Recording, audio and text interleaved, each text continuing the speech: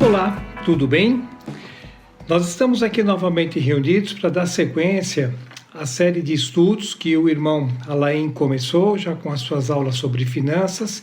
E agora nós vamos começar mais 5 aulas, onde nós vamos tratar sobre o livro dos Salmos. São os próximos 5 encontros nossos a respeito do livro de Salmos. Vamos orar nesse momento. Senhor, nós vamos estudar o livro de Salmos agora, ver alguns detalhes sobre eles, aprender alguma coisa sobre este livro tão precioso. E o que nós pedimos é a tua inspiração e a tua capacitação para que nós possamos tirar dele, Senhor, lições preciosas para a nossa vida. Ajuda-nos nesses encontros que teremos e esteja conosco nos inspirando e nos ajudando nesse momento tão difícil que nós passamos. Ó Pai querido, de reclusão em casa, Senhor, que nos ajude nesse período. Nós oramos em nome de Jesus. Amém. Nós vamos visitar o livro de Salmos durante 5 encontros, como eu disse, né? E é o valor que os livros de Salmos tinham. Agora nós vamos ver algumas informações gerais. É um dos 5 livros poéticos da Bíblia. Na verdade, ele é o mais citado entre o meio evangélico e o meio que também não é evangélico, né? Ele trata da religião vivencial e da prática do cotidiano do povo de Israel. Era o inário e o livro de oração, tanto na vida particular como na vida de oração ou na vida pública, tanto nas reuniões da sinagoga como na reunião nas casas, né? Essa palavra salmos foi traduzida para nós, ela vem do grego psalmos, que na verdade é do grego psalmos para ser cantado ou um acompanhamento, com o acompanhamento de algum instrumento de cordas, né? No caso a harpa era bastante citada. E no hebraico a palavra é terrilim ou terrilá, em hebraico, que significa cânticos ou canção. Essas duas palavras, então, que foram vertidas para o português como salmos. Algumas informações. Ele é o maior livro da Bíblia, tanto em capítulos, sabemos que são 150 salmos, como também em versículos, são 2.461 versículos.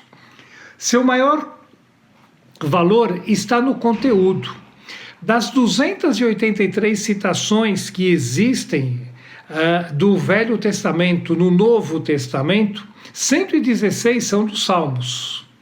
Foram compostos por diversos escritores, né? Depois eles foram compilados e chegaram na versão que nós temos hoje. E o livro de Salmos, na verdade, ele está dividido em 5 livros diferentes. Então, hoje nós temos um livro de Salmos, mas na verdade, ele, se nós fôssemos ver como ele na verdade foi constituído, ele é uma composição de 5 livros diferentes, cuja a divisão é a seguinte. O primeiro livro, ele vai do 1 até o 41, na sua grande parte escrito pelo rei Davi. O rei Davi foi um dos maiores escritores, tem Salmo de Moisés, tem Salmo dos filhos de Coré, tem salmos que não conseguimos identificar o escritor, mas Davi com certeza foi o seu maior escritor. O segundo livro, ele vai de 42 até o 72, que ele trata da temática dos sofrimentos da alma. O terceiro livro, ele vai de 73 até o 89, que é um tempo do rei Ezequias, e é um tempo em que se procurava promover um grande avivamento para o povo de Israel. O quarto livro vai de 90 até o 106, cujo tema é alegria do poder e da atuação de Deus. E o quinto livro, ele vai do 107 até o 150, como nós sabemos, e na verdade foram livros compilados por Esdras e Neemias, e salmos aí de diversas autorias. Tudo isso, os salmos, historicamente, e as datas, vocês sabem que as datas na Bíblia são muito questionáveis, né? Trabalha-se muito por aproximação, e os Salmos, acredita-se que ele tenha sido escrito num total de aproximadamente 500 anos, todos esses salmos utilizados aí em diversas épocas, né? Mais algumas informações gerais, né? Ele era um inário, né, cantado e recitado pelo povo de Deus, participante das suas devocionais. E ele também tinha diversas manifestações, ele era manifestado de diversas formas, como nós vamos ver aí nos escritos do livro de Samuel. A primeira manifestação, ele aparecia como uma fonte de paz. 1 Samuel 16, de 21 a 23, nós lemos o seguinte: Davi foi apresentar-se a Saul e passou a trabalhar para ele. Saul gostou muito dele e Davi tornou-se o seu escudeiro. Então Saul enviou a seguinte mensagem a Jessé, pai de Davi: Deixe que Davi continue trabalhando para mim, pois estou satisfeito com ele. E sempre que o espírito mandado por Deus, um espírito maligno mandado por Deus, se apoderava de Saul, Davi apanhava sua harpa e tocava. Então Saul sentia alívio e melhorava, e o espírito maligno o deixava. Lemos primeiro livro de Samuel, 16, de 21 a 23. Eu uso sempre a nova versão internacional, a NVI. Então, a manifestação como uma fonte de paz. Uma segunda manifestação que nós vamos ver como forma de confissão e entrega a Deus. Aqui nós temos uma oração, na verdade, feita por Davi. Agora, Senhor Deus, confirma para sempre a promessa que fizesse a respeito de teu servo e de sua descendência. Faze conforme prometeste, para que o teu nome seja engrandecido para sempre, e os homens digam: o Senhor dos exércitos é o Deus de Israel. E a descendência de teu servo Davi se manterá firme diante de ti. Ó Senhor dos exércitos, Deus de Israel, tu mesmo revelaste a teu servo quando disseste: estabelecerei uma dinastia para você. Por isso teu servo achou coragem para orar a ti. Ó soberano Senhor, tu és Deus, tuas palavras são verdadeiras, e tu fizeste essa boa promessa a teu servo. Agora, por tua bondade, abençoe a família de teu servo, para que ela continue para sempre na tua presença. Tu, ó soberano Senhor, o prometeste, e abençoada por ti, bendita será para sempre a família do teu servo. Isso aqui, então, uma oração de confissão e de entrega, de devoção feita a Davi. E por último, nós vamos ver uma manifestação como uma forma de agradecimento ao Senhor. Segundo Samuel 22:1, diz o seguinte: Davi cantou ao Senhor este cântico, quando este o livrou das mãos de todos os seus inimigos e das mãos de Saul, dizendo: o Senhor é a minha rocha, a minha fortaleza e meu libertador. Também o Salmo de número 18. Sabemos que que Davi foi muito perseguido por Saul, por conta de que Saul sabia que Davi seria o sucessor dele, já havia sido ungido para ser o rei, o segundo rei de Israel, e Saul, na verdade, fez uma perseguição e travou uma perseguição muito grande contra Davi, e aqui é um dos momentos em que ele, na verdade, agradece um dos livramentos. Quando a gente lê ali o Velho Testamento, a gente percebe quantos livramentos, na verdade, ele teve e o quanto que Saul perseguiu a Davi. E esse é um dos salmos, na verdade, o Salmo 18, o Senhor é a minha rocha, a minha fortaleza e o meu libertador. Mais algumas informações, tem uma manifestação como forma de prestação de contas ao Senhor. 2 Samuel 23:1 diz o seguinte: estas são as últimas palavras de Davi. Palavras de Davi, filho de Jessé, palavras do homem que foi exaltado, do ungido pelo Deus de Jacó, do cantor dos cânticos de Israel. Então, alguém que prestava contas, do seu talento e do seu ministério ao Senhor. E vemos também aqui como uma forma de vida para o crente. 1 Reis, capítulo 2, versículos de 1 a 4, nós encontramos o seguinte: quando se aproximava o dia da sua morte, Davi deu instruções ao seu filho Salomão: estou para seguir o caminho de toda a terra. Por isso, seja forte e seja homem. Obedeça ao que o Senhor, o seu Deus, exige. Ande nos seus caminhos e obedeça aos seus decretos.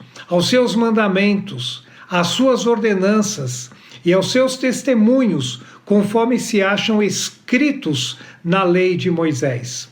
Assim você prosperará em tudo o que fizer e por onde quer que for.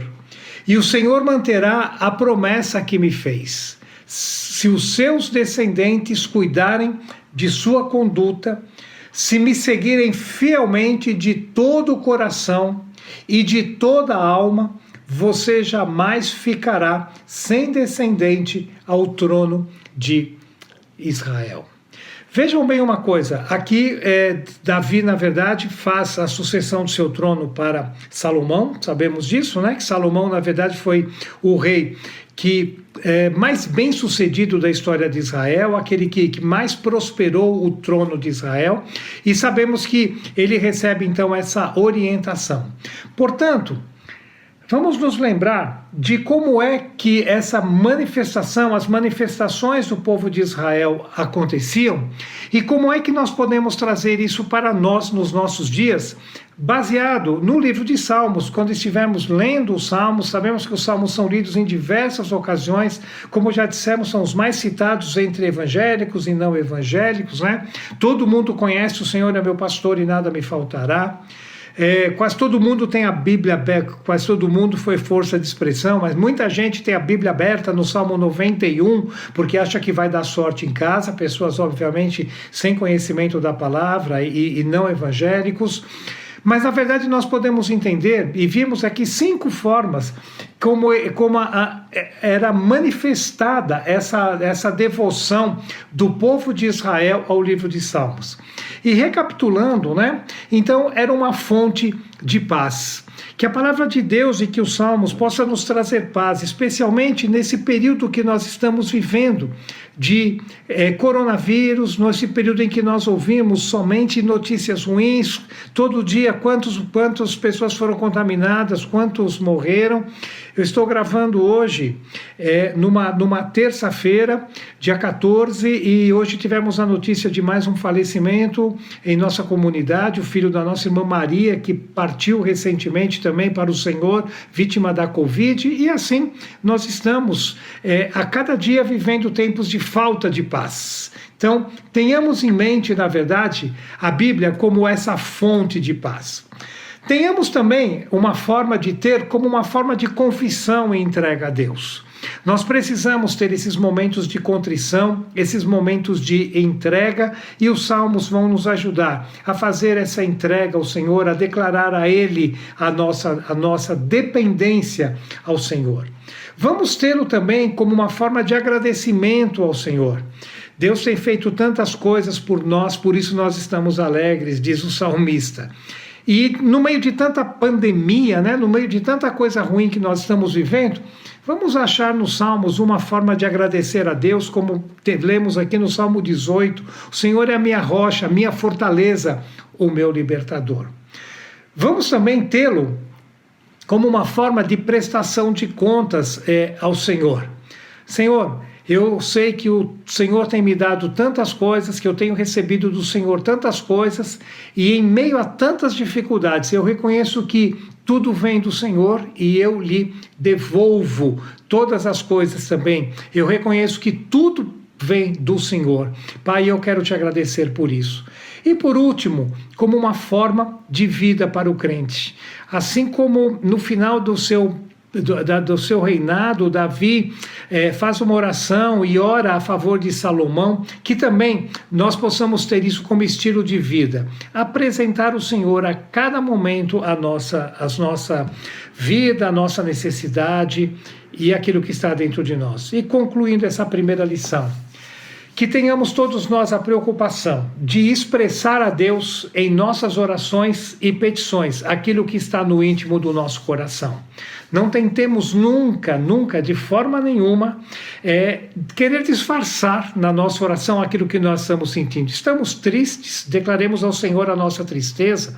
Estamos preocupados? Declaremos a Ele a nossa preocupação. Estamos ansiosos com esse momento? Entreguemos a Ele a nossa ansiedade. Estamos nós alegres pelos feitos que Ele tem nos dado e tem feito na nossa vida? Rendamos a Ele a nossa gratidão e a nossa oração. Que assim Deus possa nos abençoar. E que nos próximos encontros, quando nós veremos outra parte dos Salmos, nós possamos aprender através deles a ter esse momento de comunhão, de gratidão, de entrega e de comunhão com o Senhor. Que Ele nos ajude a nos expressarmos de uma forma íntegra diante do Senhor. Que o Senhor nos abençoe. Pai, que a Tua palavra mais uma vez nos sirva de inspiração e que assim tenhamos do Senhor, ó Pai querido, toda a inspiração e toda a capacitação através do livro dos Salmos que leremos nos próximos encontros. Muito obrigado. Em nome de Jesus, amém. Deus te abençoe e até o nosso próximo encontro. Um abraço.